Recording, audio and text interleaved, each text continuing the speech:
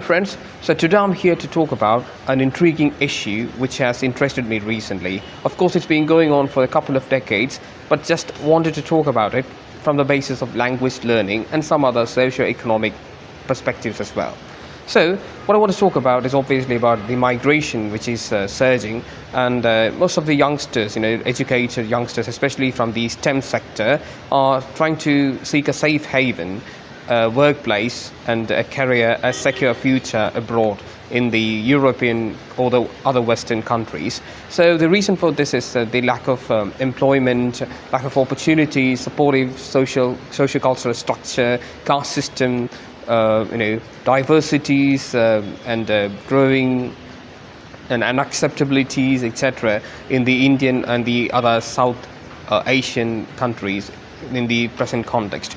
So, the European countries are also becoming a seed bearer of these problems, who are borne by the migrants to those countries. That's something which can't be neglected because it's something which is the reality. We are seeing it all the time, the violence caused by the migrants, etc., which are happening in those countries. So, moving apart from those things, I just want to talk about one issue. So, about 5 to 6 years ago, when the Indian government signed a particular pact with the UK government and Canadian government to accept a certain number of issue a certain number of visas per year, to accept a certain count of migrants to those countries, they felt happy because they would be filling up their lack of skilled employment, because their population themselves were lesser compared to the Southeast Asian countries, whereas the youngsters were also less in population.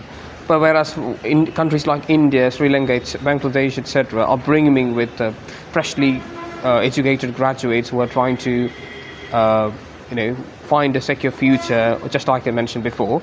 So what's happening today is that the demand for UK or Canada or such countries are basically going down due to the not because of the lack of facilities or drop in the quality of education or etc. Even the salaries offered are okay, but the migration took a huge turn in twist, that the number of people who migrated surpassed all the predicted numbers.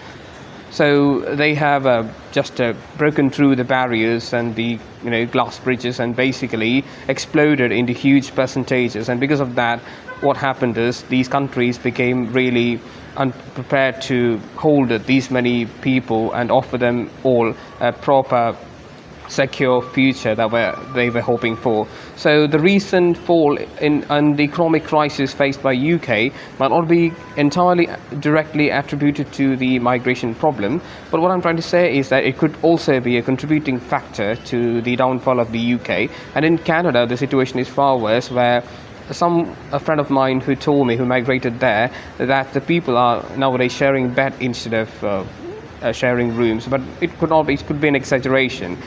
People who are educated in STEM courses or finding an employable or a valid course or college or course would probably be able to secure a good job even now.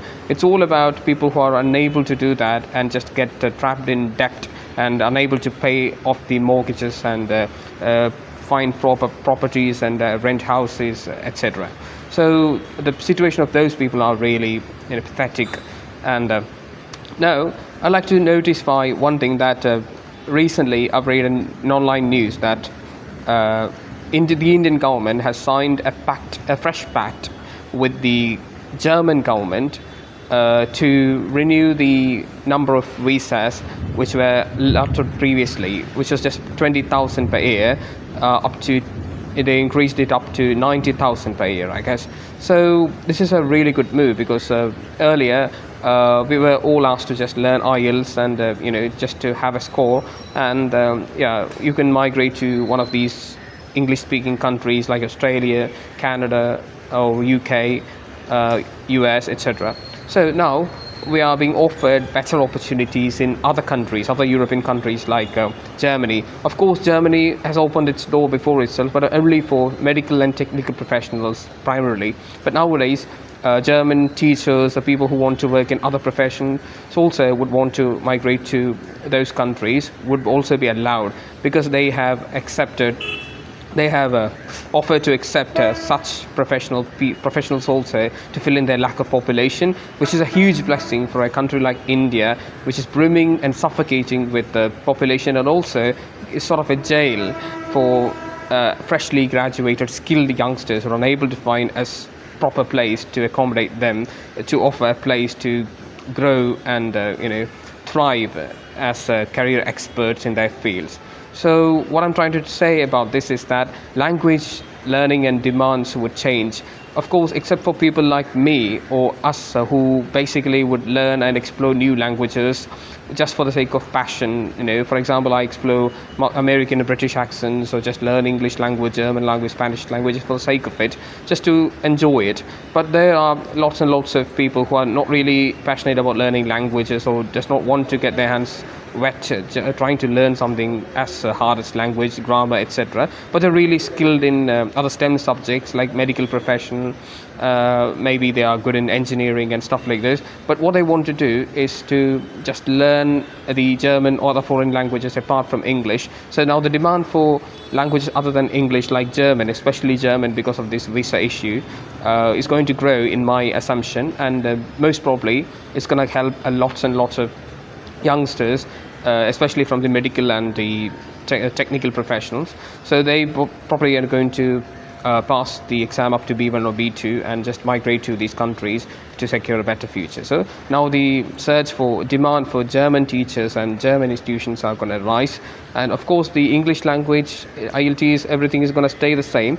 It's not going to change, but still the German language might have to move up a notch when it compares to the English language. That's all I want to talk about. Thank you. Yes.